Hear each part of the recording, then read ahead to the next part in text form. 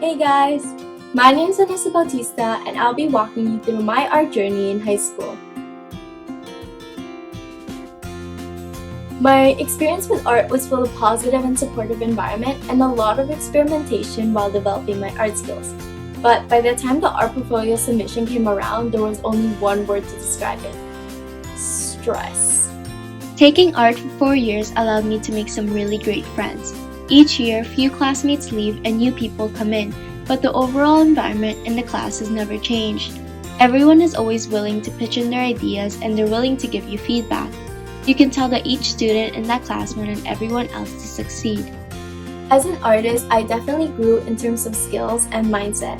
Throughout these 4 years, my techniques have definitely improved.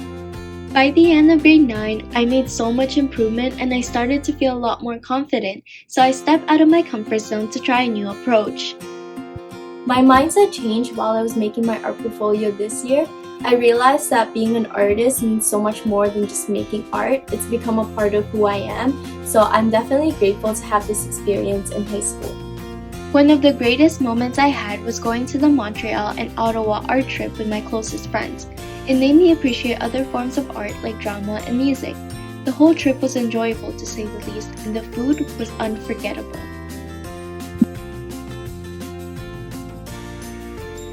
My favorite media is paint. I'd use acrylic if I was catching a deadline and oil paint if I was taking my time. Before jumping into explaining how I make my art pieces, I should mention that I do take photographs for my reference.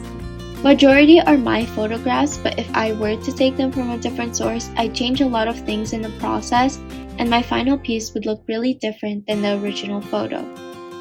So first, I'd come up with an idea. So for example, in this art piece, I wanted to portray how young girls are influenced by the media's perception of beauty. And after coming up with an idea or message, then I'll make an outline and I'll just start painting. I used to use my sketchbook to make multiple sketches and decide on a color scheme, but I realized that just going with the flow takes a lot of stress off of your shoulders and you'll be able to discover new things this way. I also take a lot of process photos along the way. This year, the things that inspire me most are other artists from social media platforms. I watch a few artists from YouTube like Super Ray Dizzle.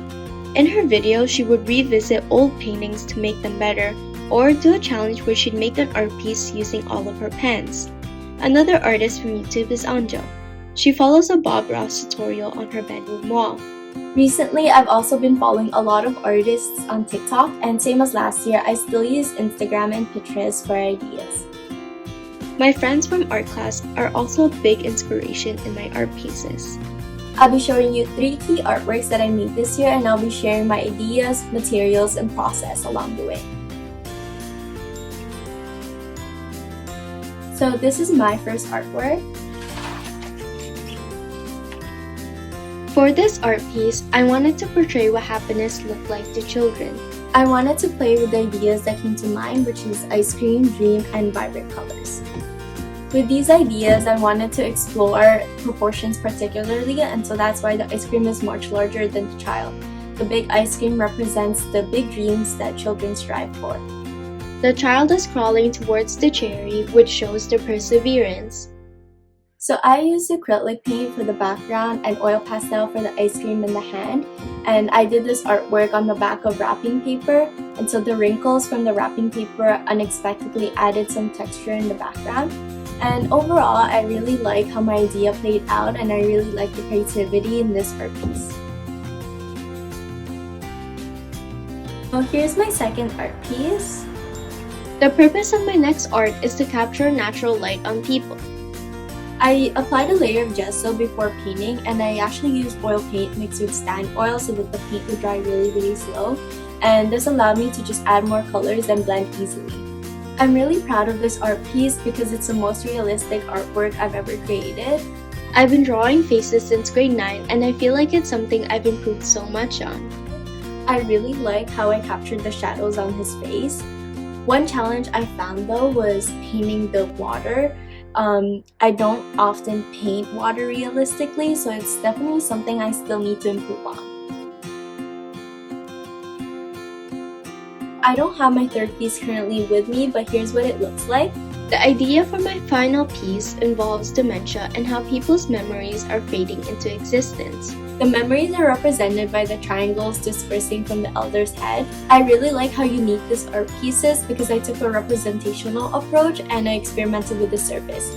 So for the surface, I used cardboard and I teared apart some of the edges. I added layers of newspaper and a thin layer of gesso. After coloring the elder with pencil crayons, I realized I wanted to add more colors, so I used watercolor to fill in some of the negative space. This was a really open-ended piece and I didn't know how it looked in the end. Overall, I'm satisfied with how my experimentation turned out. Even if I don't pursue art in university, it'll definitely still have a place in my life. Now that I'll be making artwork based on my own interests and on my own timeline, it'll probably have a greater value to me.